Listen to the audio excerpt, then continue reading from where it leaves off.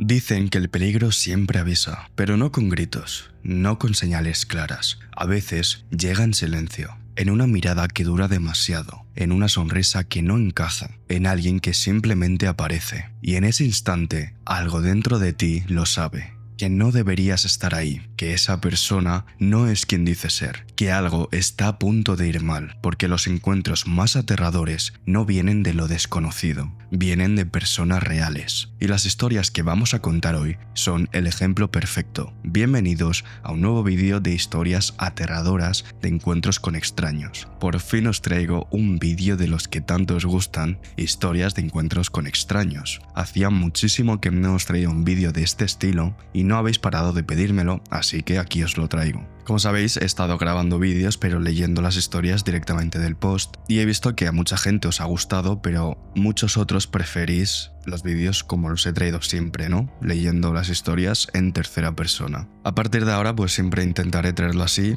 Si tardo tanto es porque cuesta mucho encontrar historias buenas ya en este punto, ya que he traído bastantes y Beth también ha traído bastantes en su canal, entonces las historias pues se van acabando, ¿no? Pero bueno, aún así seguiremos trayendo historias. Suscríbete a este canal si no estás suscrito. Si te gusta alguna de estas historias, deja tu like y comenta qué opinas de ellas. Así que sin nada más que decir, empezamos con las historias.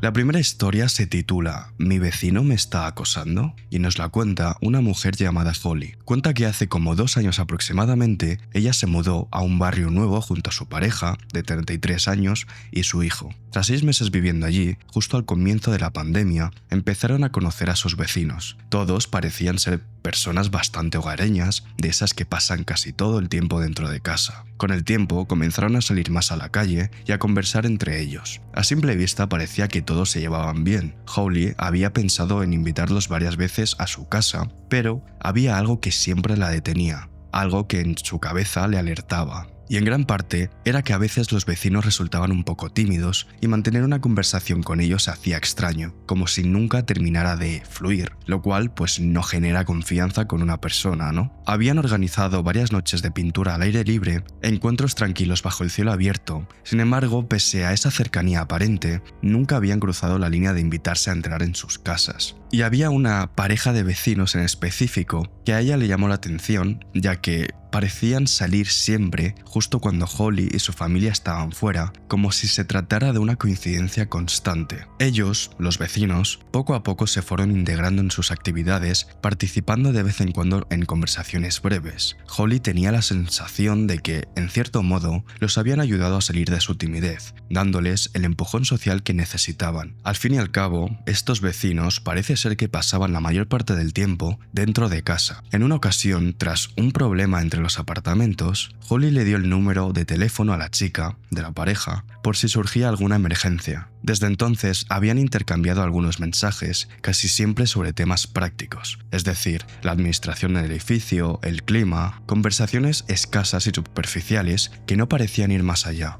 Cuenta que después de eso, Holly dejó de ver a esta mujer con la misma frecuencia que antes. Sin embargo, algo empezó a inquietarla, y es que el hombre, en cambio, estaba fuera cada vez que ella salía, es decir, estaba en su porche cuando Holly salía a la calle, ¿no? Él había comenzado a sentarse en una silla en el jardín, justo en la entrada de su casa todos los días, y lo peor es que permanecía allí durante horas. Un tiempo después, una amiga fue a pasar la noche en casa de Holly, y por simple cortesía, decidió presentarle al vecino, el cual estaba fuera en el porche sentado. Como siempre. Él saludó, conoció al perro de la amiga y dijo algunas cosas sin importancia, simplemente comentarios vacíos. Pero después de ese breve encuentro, volvió a su sitio, se sentó en el escalón de su casa y permaneció allí durante varias horas aquella misma noche. Sin embargo, aunque esto fue un poco extraño, nada más pasó. Unos días después, el hombre le hizo una seña a Holly y le preguntó si todo estaba bien. Ella respondió que sí, algo desconcertada, y le preguntó a qué se refería exactamente con esa pregunta. Él le explicó que, cuando su amiga había estado en casa, Holly le había estado dando señales contradictorias y solo quería asegurarse asegurarse de que estuviera bien. Sin embargo, nada de esto, de lo que estaba diciendo este hombre,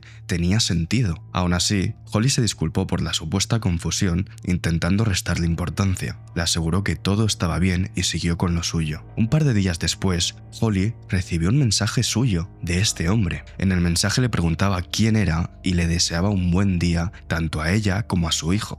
Holly se quedó helada. Ella nunca le había dado su número de teléfono, así que ¿cómo es posible que lo tuviera? Entonces, como la situación de que este hombre le hablara sin que ella le hubiera dado siquiera su número le parecía completamente inapropiada, decidió no responder. Tras esto, Holly empezó a notar un patrón imposible de ignorar. Cada mañana, cuando salía hacia el trabajo, él ya estaba fuera, siempre, y, sin excepción, aparecía de nuevo apenas 15 minutos después de que ella regresara a casa, sin importar la hora. Algunas noches incluso permanecía allí hasta las 4 de la madrugada. Pero lo más inquietante era otra cosa. El hombre entraba en su casa apenas 20 minutos después de que Holly se marchara. Mientras ella estaba en casa, él podía quedarse fuera hasta 14 horas seguidas, como si su presencia dependiera exclusivamente de la suya. Sin embargo, este hombre no salía si su pareja estaba en casa y tampoco salía si no había nadie en el apartamento de Holly. De alguna manera extraña, él sabía cuándo ella estaba en su casa. Incluso sabía cuándo Holly cambiaba de coche con su pareja, ya que él parecía reconocerlo.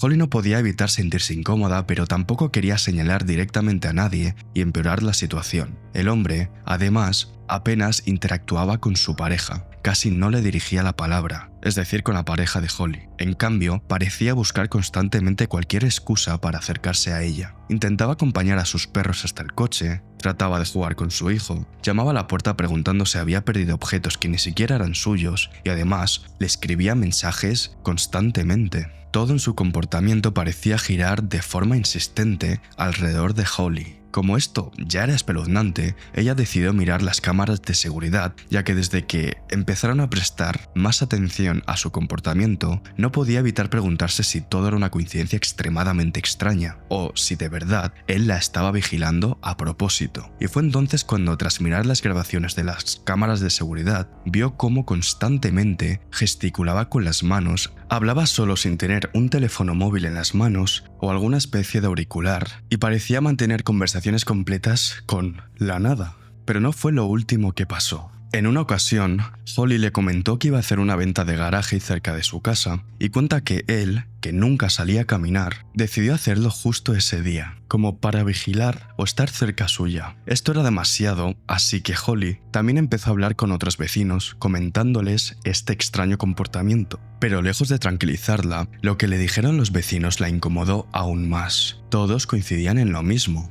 Nunca lo habían visto comportarse así en el tiempo que él llevaba viviendo allí, y nunca antes se había sentado fuera durante horas como lo empezó a hacer tras la llegada de Holly. Entonces Holly también decidió hablar con la novia de este señor para hacérselo saber, y la novia, tras enterarse, claramente molesta, le preguntó al respecto, pero él respondió con sarcasmo: «Así soy yo». En esa misma conversación, la mujer mencionó, y fue cuando Holly se enteró, de que este hombre se medicaba, ya que en meses atrás le habían cambiado la medicación justo después de que una ambulancia viniera a buscarlo. No especifica para qué se medicaba, pero suponemos que se trataba de algún trastorno o de algo relacionado con su comportamiento, ¿no? Esto no lo sabemos. Pero bueno, volvemos a la historia.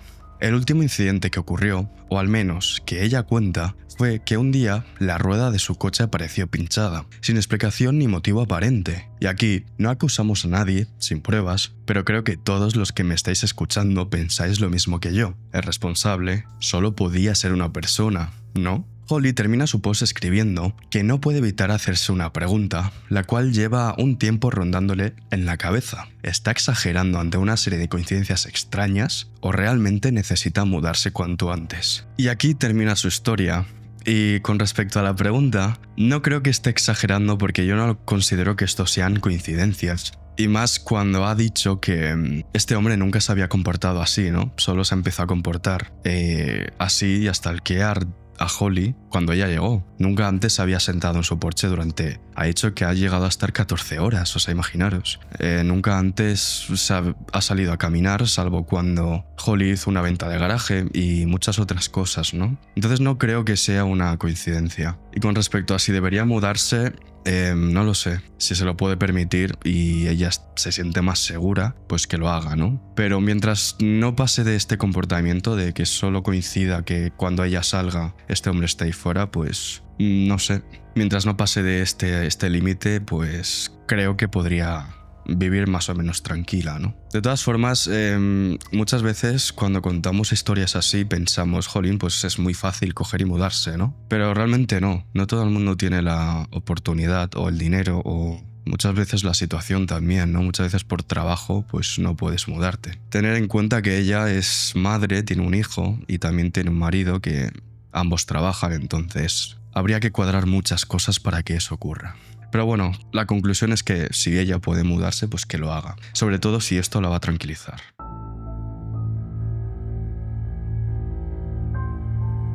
La siguiente historia se titula Creo que podrían haberme matado. La protagonista de esta historia, a la que llamaremos Vera, empieza su post diciendo que nadie la toma en serio cuando cuenta esta historia, así que finalmente ha decidido publicarla en este foro, donde seguramente todos la creamos. Admite que su historia es larga, pero aclara que cada detalle importa. Unos años atrás, cuando ella tenía 17 años, acababa de graduarse del instituto y consiguió su primer trabajo en un campamento cristiano cerca de Yosemite, en California, durante el verano. La mayoría de sus compañeros eran chicos universitarios cristianos, agradables, amables y, como ella describe, de los buenos. El ambiente en general era tranquilo y acogedor, pero había una excepción, un chico al que llamaremos Carl, y sinceramente, Vera no puede decir que le cayera bien. Carl era guapo, alto y encantador. Tenía el pelo castaño dorado, rizado y una sonrisa capaz de dejar sin aliento a cualquiera. Pero había algo que no le encajaba,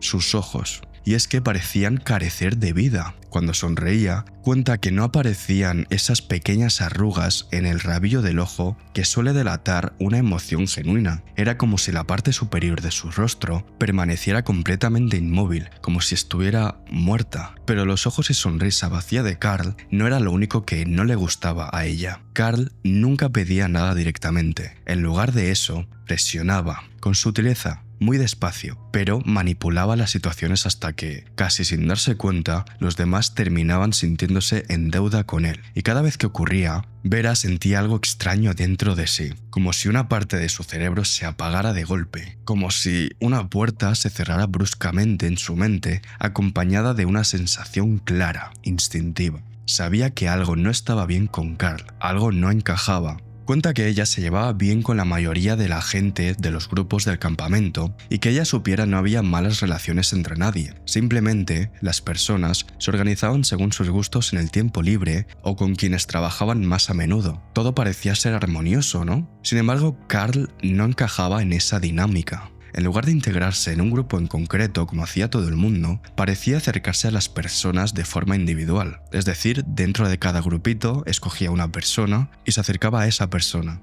no a todo el grupo, como si prefiriera establecer vínculos por separado. Y poco a poco, esto hizo que algo cambiara por completo en el campamento. Porque, para cuando Carl se marchó, el ambiente en el campamento estaba completamente roto. Los grupos se habían fragmentado, había discusiones, silencios incómodos y una desconfianza que antes no existía. Aquí Vera dice que claramente Carl era el culpable de todo esto. Parece ser que solo era algo que ella veía, porque el resto no parecía verlo. Ella intentaba hablar con la gente explicándole lo extraño que era Carl y tal. Incluso intentaba describir la sensación que le provocaba cuando lo veía sonreír y no tenía vida, pero la gente no lo veía, de verdad que no. Ella cuenta que un día, como todos en el campamento estaban cansados de la comida que les daban y querían una cena de verdad, quizá ir a ver una película o ir a los bolos, decidieron hacer una escapada a Fresno, un pueblo cercano. Y aquí Vera explica algo muy importante. En el campamento había una hoja de registro de salidas. Al estar tan cerca de Yosemite, era habitual que hicieran excursiones, así que cada vez que alguien se alejaba del campamento,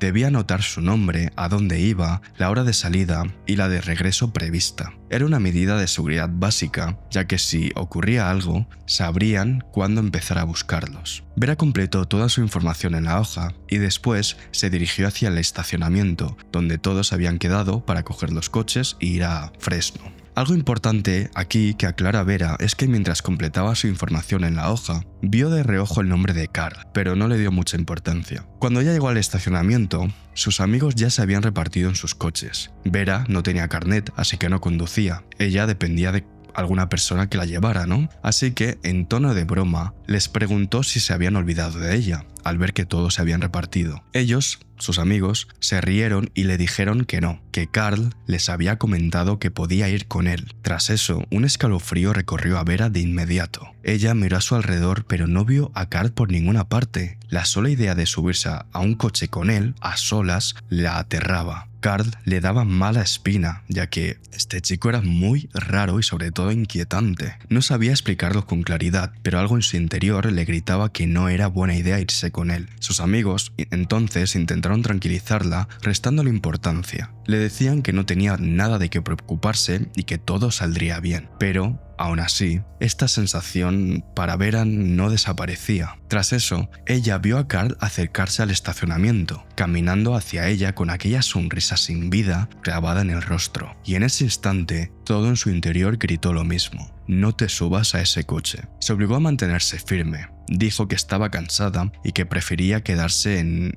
el campamento esa noche. Pero Carl no lo dejó pasar tan fácil. Con ese encanto forzado intentó convencerla. Le habló de lo bien que se lo pasarían y que ella se lo debía por quién sabe qué motivo, y le dijo todo esto acompañado de esa sonrisa extraña y casi burlona. Sin embargo, Vera se negó rotundamente. Entonces algo en él cambió. Se enfadó, le dijo que no tenía por qué ser tan borde y que pensaba que eran amigos, entre otras frases similares cargadas de reproches. Aún así, Vera no cedió. Finalmente todos comprendieron que ella no iba a cambiar de opinión, que no iban a lograr convencerla, así que se despidió de sus amigos y al despedirse y abrazar a una de sus amigas, Vera le susurró al oído: bajo ninguna circunstancia volváis con Carl. Cuando todos se marcharon, ella regresó a la zona donde estaba la hoja de registro de salidas, ya que tenía que tachar su nombre ya que no iba a ir. Y entonces, al acercarse, miró la hoja, buscó su nombre, y entonces se le heló la sangre al ver que el nombre de Carl estaba borrado. Aquí termina su historia y la verdad que no ha pasado nada específicamente fuerte, ¿no? Pero qué extraño no, inquietante, que fuera a ir Carl, pero al ver que Vera no iba a ir, también se borrara, ¿no? Entonces deja más que claro que la intención que tenía él era ir con ella para hacer sabe quién qué cosa, ¿no? No sé, siento que ella se libró de una buena.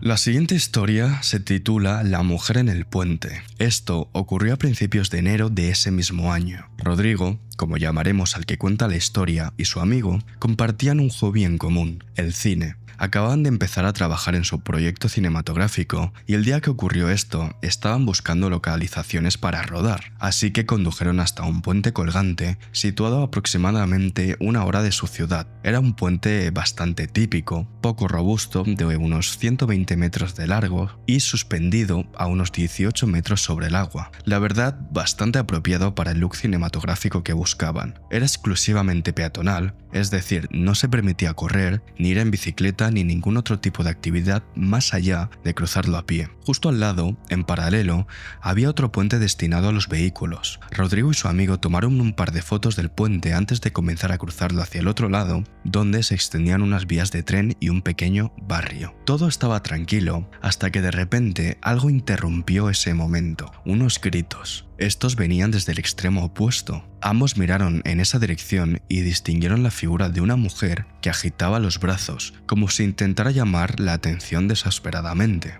Entre los gritos, ellos escucharon que pronunciaba un nombre, algo que sonaba como Hayden o Aiden. Ni Rodrigo ni su amigo se llamaban así que le respondieron que no eran ellos. Entonces pensaron que con eso la situación terminaría allí, pero la mujer se quedó inmóvil durante unos segundos, mirándolos fijamente. Rodrigo y su amigo intentaron restarle importancia, convencidos de que todo había terminado, así que siguieron caminando como si nada. Pero entonces ocurrió algo que ninguno de los dos esperaba. La mujer empezó a correr a toda velocidad directamente por el puente en la misma dirección que ellos. Y aunque el gesto les pareció extraño, la verdad es que se lo tomaron a la ligera. Simplemente se rieron como si fuera una situación sin importancia y continuaron su camino. Rodrigo y su amigo llegaron al otro lado del puente y comenzaron a grabar cerca de las vías del tren. Sabían que no era lo más seguro, pero aquel punto formaba parte del sendero habitual que conectaba con el puente. En medio de una de las escenas, Rodrigo se detuvo ya que escuchó una voz que le resultaba inquietantemente familiar. Así que giró la cabeza y la vio. Era ella, la misma mujer. Estaba en lo alto de la colina, al otro lado de las vías, gritando exactamente lo mismo que antes. Su voz resonaba con insistencia, como si no hubiera pasado nada. Rodrigo y su amigo volvieron a responder alzando la voz. No te conocemos, no somos quienes crees. Pero esta vez la situación ya no resultaba tan fácil de ignorar. La mujer volvió a echar a correr, pero esta vez directamente hacia ellos. El ambiente cambió al instante. Rodrigo y su amigo sintieron como el miedo se abría paso sin previo aviso. ¿Por qué esta mujer tenía tanta prisa por alcanzarlos? Sin pensarlo demasiado, recogieron todo a toda velocidad y se dirigieron de nuevo hacia el puente colgante. Sabían que no debían cruzarlo corriendo, pero sus cuerpos no estaban para pensar con claridad. Caminaron lo más rápido que pudieron, provocando que el puente comenzara a balancearse bajo sus pies. En este momento, sus reacciones eran puro instinto, lucha o huida, y en ese momento solo existía esta opción. Cuando ya habían cruzado más de la mitad del puente, la mujer llegó al inicio. Los había alcanzado. Ella seguía gritando, pero esta vez algo era diferente, ya que su voz no sonaba desesperada, sino amenazante. Fue entonces cuando Rodrigo se giró, intentando calcular la distancia que los separaba. La mujer se había detenido justo al inicio del puente, como he dicho, y fue en ese momento que pudo ver que ella estaba escondiendo algo en su espalda. Aunque dejó de avanzar, Rodrigo y su amigo no se detuvieron, continuaron moviéndose con rapidez, casi corriendo, impulsados por esa sensación de peligro que no terminaba de desaparecer. Cuando por fin alcanzaron el otro lado, se giraron y la mujer seguía allí, de pie, jugueteando con algo entre las manos. Fue en ese momento cuando el amigo de Rodrigo sacó su teléfono y empezó a grabarla. La reacción fue inmediata. La mujer se dio la vuelta y se marchó por otro lado, desapareciendo sin decir una sola palabra más. Nunca supieron por qué los había perseguido, ni qué era lo que escondía. Con el tiempo, Rodrigo no dejó de pensar en ello. A veces se pregunta si, en realidad,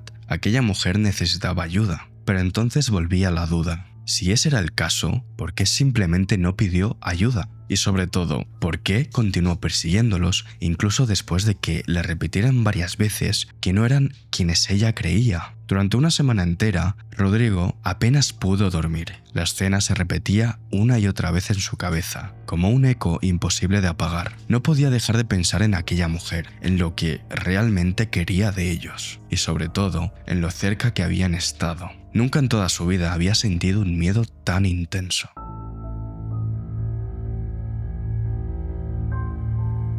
La siguiente historia se titula Conductor de Lyft. El protagonista de esta historia, Ian, empieza su historia contando que, antes de tener su propio coche, durante su primer año de universidad, él utilizaba Lyft casi todos los días en verano para ir al trabajo. Para el que no lo sepa, Lyft es básicamente como Uber, pero más barato, al menos hasta donde yo sé. Sin embargo, durante el otoño y el invierno, siempre solía ir caminando a la universidad incluso por la noche. En todos estos trayectos, con todos esos conductores, nunca había tenido ningún problema. Probablemente había subido a cientos de coches y más allá de alguna conversación incómoda sobre política o algún conductor que conducía demasiado rápido, todo había ido siempre bien. Entonces, con este contexto, él nos cuenta su experiencia aterradora. Un día, Ian pidió un coche de Lyft como de costumbre. La aplicación indicaba que llegaría en 7 minutos. Todo era bastante normal, ¿no? Así que salió un par de minutos antes para esperar al conductor y al llegar vio un vehículo estacionado en su entrada que prácticamente coincidía con la descripción del suyo. Era de ese tipo de coincidencias que te hacen dudar. El coche era del mismo color, mismo tamaño, casi idéntico, salvo por pequeños detalles que solo notarías si te fijabas bien.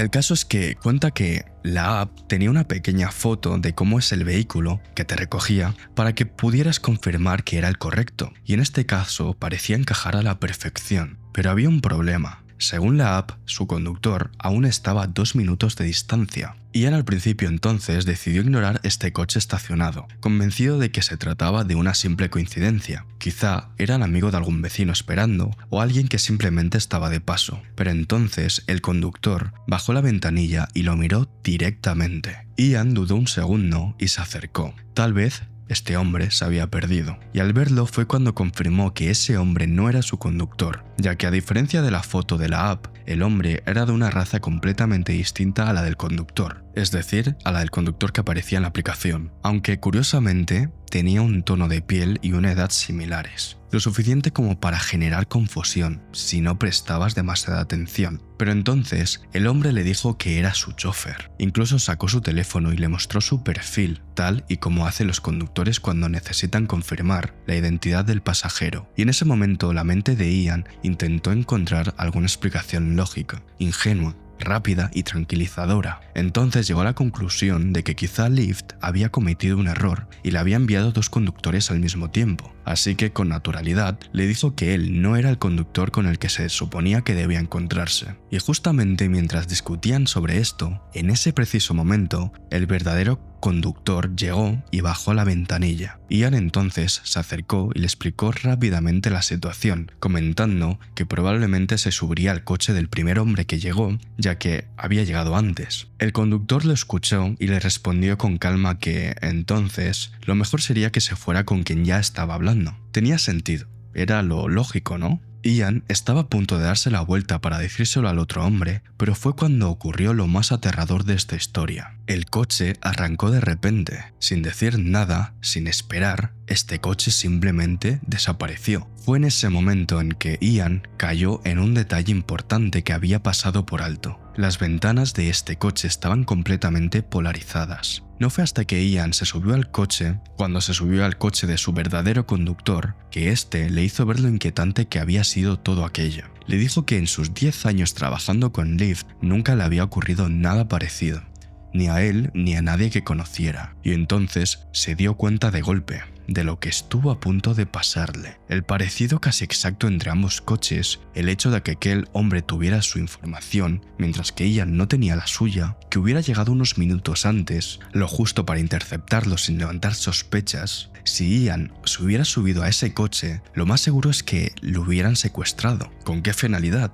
No lo sabemos, pero, como dice el dicho, piensa mal y acertarás. Tras el viaje más extraño de su vida, Ian llegó al trabajo todavía en shock. No podía quitarse de la cabeza lo ocurrido, la sensación de lo cerca que había estado de algo peligroso. Ian días después intentó reportarlo a Lyft, pero sin pruebas ni información concreta, más allá de una descripción física muy básica, la empresa no pudo hacer mucho. Su conductor, sin embargo, es decir, el conductor verdadero, el correcto que lo llevó, le dijo que compartiría lo sucedido con otros conductores en un foro de redes sociales, probablemente en Facebook, para que al menos estuvieran alerta. Aquello no solucionaba nada, pero de alguna forma le daba un pequeño alivio. Cuenta que aquel conductor seguramente le salvó la vida. Ian aún piensa a menudo en esto, en lo cerca que había estado y en lo diferente que podría haber terminado todo. Sin embargo, no todo en esta historia es malo, ya que cuenta que cuando su padre se enteró de lo ocurrido, decidió regalarle un coche. Escribe que, al menos, de toda aquella experiencia sacó algo más que un recuerdo difícil de olvidar. Durante mucho tiempo apenas se lo ha contado a un par de personas, ya que el simple hecho de recordarlo le resulta demasiado incómodo.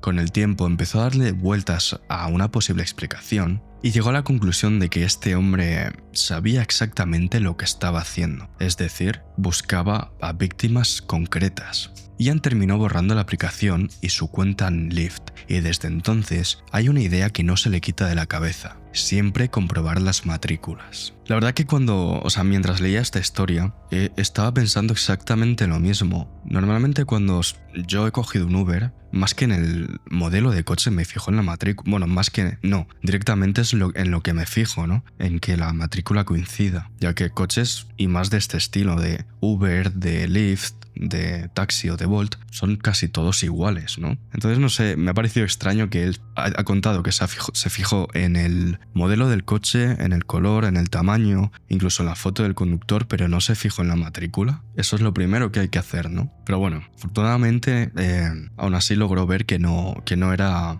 debía subirse a ese coche.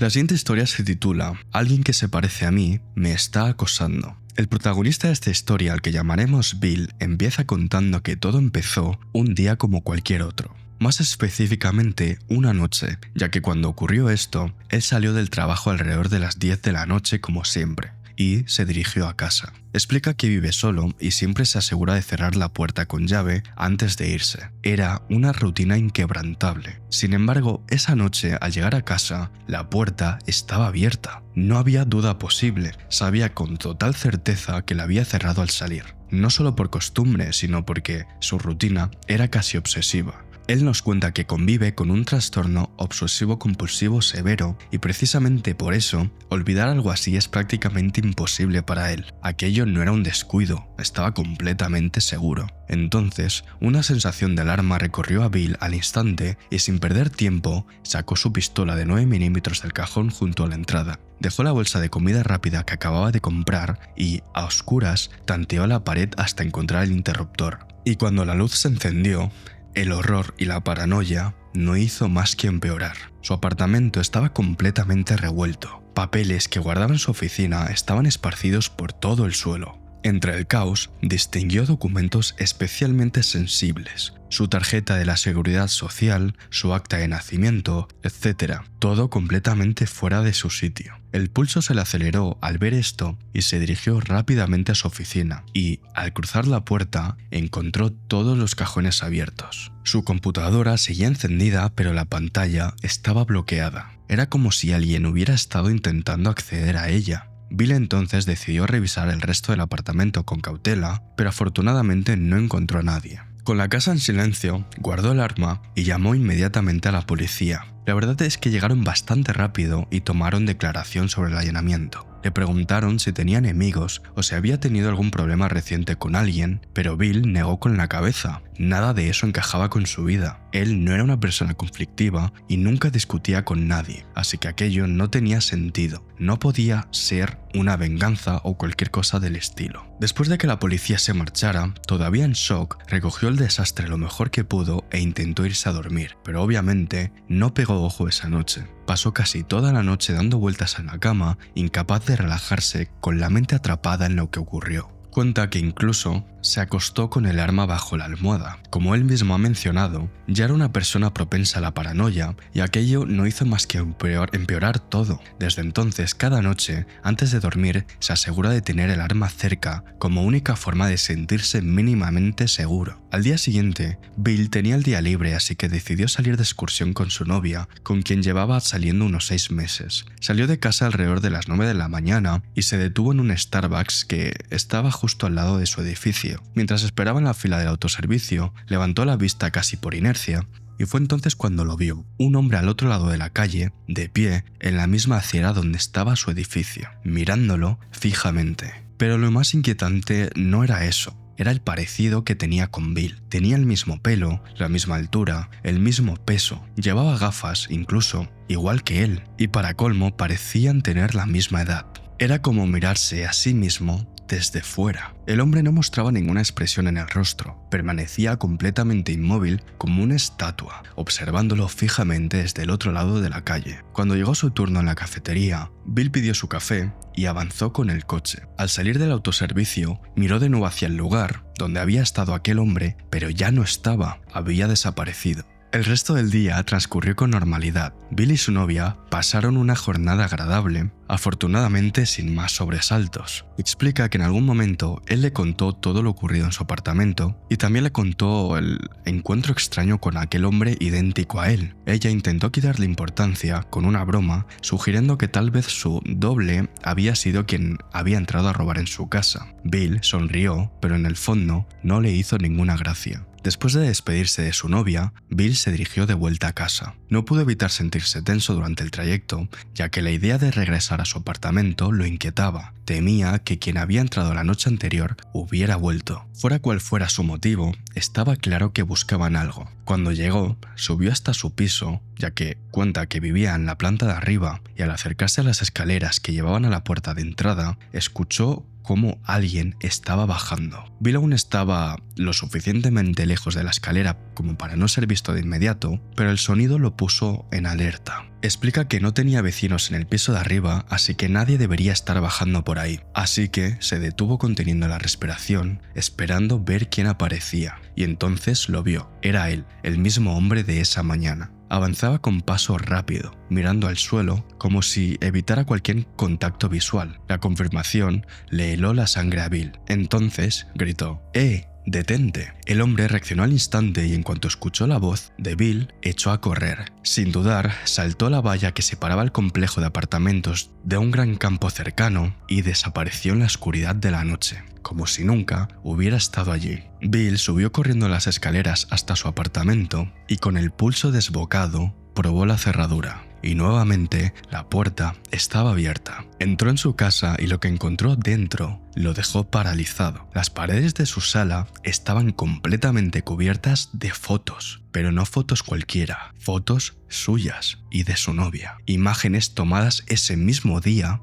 desde ángulos lejanos y ocultos, como si alguien los hubiera estado observando desde la arboleda junto al sendero por el que habían pasado. La sensación de invasión a su privacidad fue total. Sin perder tiempo, volvió a llamar a la policía para denunciar el robo. Llegaron, registraron el apartamento y revisaron todo el complejo. Bill les habló del hombre, es decir, del que había visto huir hacia el campamento, y los agentes entonces fueron a buscarlo, y cuando regresaron traían consigo un par de gafas y una peluca. La policía recogió los objetos como prueba y abrió una investigación. Colocaron 2 coches patrulla frente al apartamento de Bill e informaron al administrador de la vivienda de todo lo sucedido, como medida de precaución. Pasó una semana, pero desde esa noche nada más ocurrió. Sin embargo, esto no calmó a Bill, ya que a esta tranquilidad le acompañaba la incómoda sensación de que todo aquello aún no había terminado. Desde entonces, no hubo más robos, ni más fotos, ni más señales inquietantes de que alguien siguiera observándolos. Aún así, Bill no volvió a su apartamento. Decidió quedarse temporalmente en casa de un compañero del trabajo, al menos hasta que las cosas se calmaran. Pero la incertidumbre seguía ahí. No tenía ni idea de por qué alguien lo había elegido a él, qué buscaba, qué pretendía.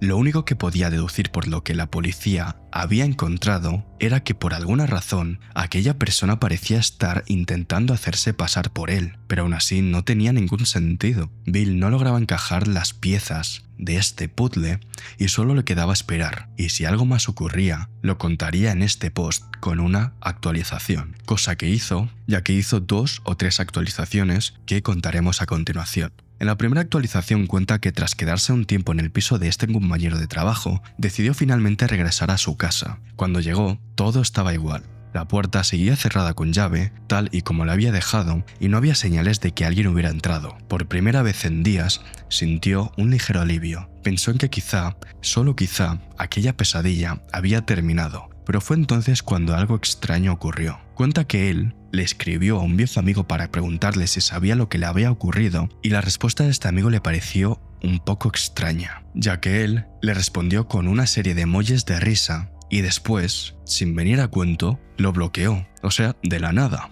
Cosa que no tiene sentido, ¿no? Pero lo pensó bien y se dio cuenta de que ese comportamiento no era del todo inusual en este amigo, ya que él tiene problemas de salud mental y en ocasiones actuaba de forma errática. Aún así, no dejaba de ser inquietante para Bill. En la segunda actualización, cuenta que al regresar del trabajo aparcó en su sitio habitual. Nada parecía fuera de lo normal hasta que un chico joven se le acercó. Tendría unos 19 o 20 años. Se presentó como el nuevo encargado de mantenimiento, el cual dijo llamarse Mike. La conversación fue breve, casi superficial, pero algo en aquel encuentro dejó una sensación difícil de definir. A la mañana siguiente, al salir hacia su coche para ir a trabajar, Bill volvió a verlo. Mike estaba allí, mirándolo fijamente, sin expresión alguna en el rostro, sin parpadear, como si lo estuviera observando demasiado de cerca. Bill intentó no darle demasiada importancia y siguió con su día, pero al regresar del trabajo, algo volvió a descolocarlo. Aparcó, salió del coche y caminó hacia su apartamento, solo para ver a Mike saliendo por la puerta principal de su casa y sobre todo, lo más extraño, cerrándola con llave. Bill se quedó paralizado por un instante y confundido, pero no del todo alarmado, ya que después de todo, Mike trabajaba en el complejo, así que podía haber una explicación lógica. Lo extraño fue cuando el chico, Mike, se giró hacia él y se le quedó mirando con una sonrisa inquietante, y tras eso le dijo a Bill: «Oh, hola, le hemos enviado un correo informándole de que su detector de humo se activaba constantemente y no dejaba de sonar. Debido a las quejas, se me permitió entrar brevemente a su apartamento para arreglar la alarma». Bill cuenta que Mike dijo esto con un tono educado, pero extrañamente robótico. Desde que le dijo esto, Bill no podía parar de pensar que todo era muy extraño. Es decir, no deberían haber entrado sin avisarle directamente o sin esperar a que estuviera presente. No era así como solían funcionar estas cosas. Es decir, sí que lo habían avisado, pero por correo. Sin embargo, Bill no contestó, ¿no? Entonces cuenta que lo que tendrían que haber hecho habría sido llamarlo directamente, ¿no? Pero no lo hicieron. En fin, volviendo a la historia, él explica que, aún así, intentó no sacar conclusiones precipitadas. Pero lo que sí puede decir es que aunque intentó evitarlo, esa sensación de inquietud constante regresó.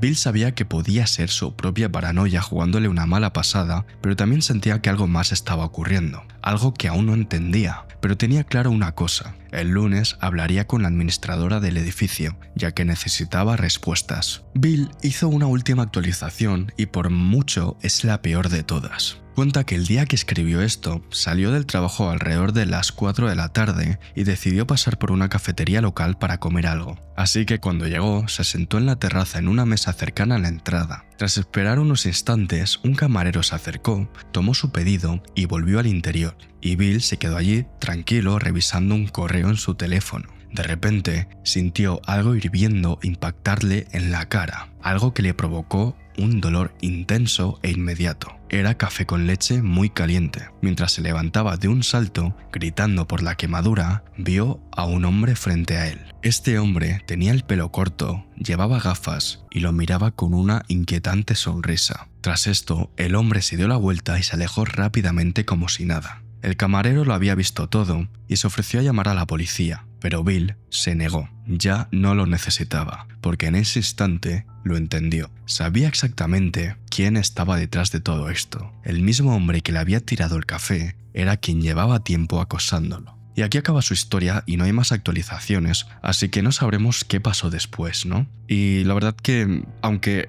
termina la historia con un final, es decir, diciendo que ese hombre que le atacó era quien la había estado acosando, no cuenta quién era exactamente, ¿no? Podemos deducir que era Mike, ¿no? El hombre que estaba trabajando en el mantenimiento del edificio, ¿no? Pero me hubiera gustado saber qué más, o sea, más contexto de llamó a la policía, ¿sabéis? En plan, fue a la policía y le dijo: mirad, este chico me ha estado acosando, ha estado intentando hacerse pasar por mí o suplantarme, ¿no? Y que la policía lo investigara y saber por qué estaba haciendo esto. La verdad que me hubiera gustado que hubiera dicho esto, ¿no? Que hubiera dado esta última actualización, pero no. Pero bueno, aún así una historia muy inquietante, ya que imaginaros que alguien intente suplantaros la identidad y encima se cuele en tu casa, ¿sabéis?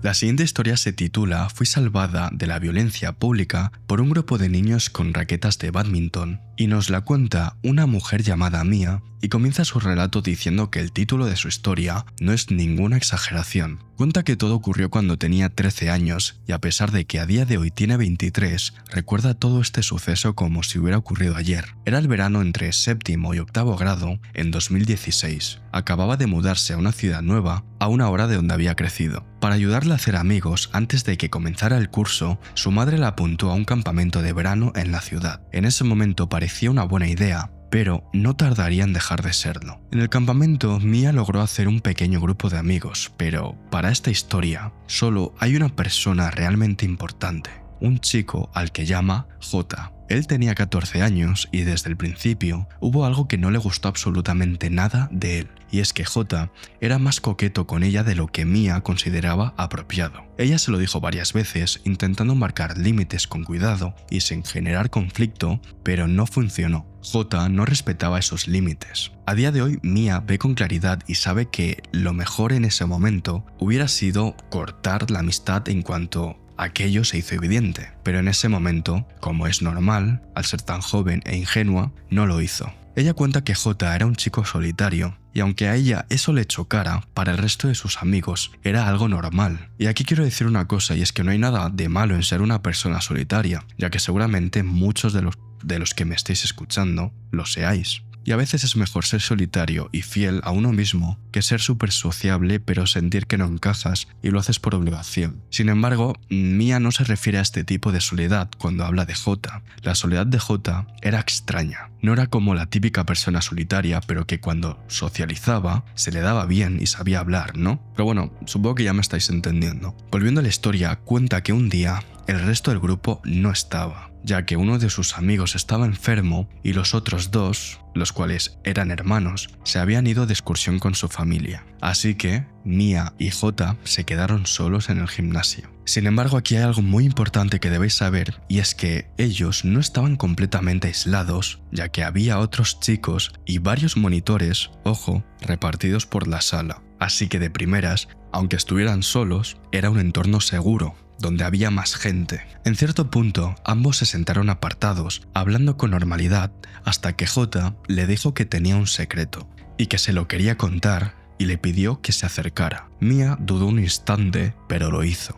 Y entonces, de golpe, todo se volvió aterrador, ya que J la agarró, la empujó contra el suelo y se puso encima de ella, delante de todos. Intentaba besarla mientras con la otra mano trataba de desabrocharle el pantalón. Mia reaccionó de inmediato y le gritó que parara, que se quitara de encima y que no quería. Se resistió con todo lo que pudo, empujándolo, bloqueando sus manos, intentando librarse.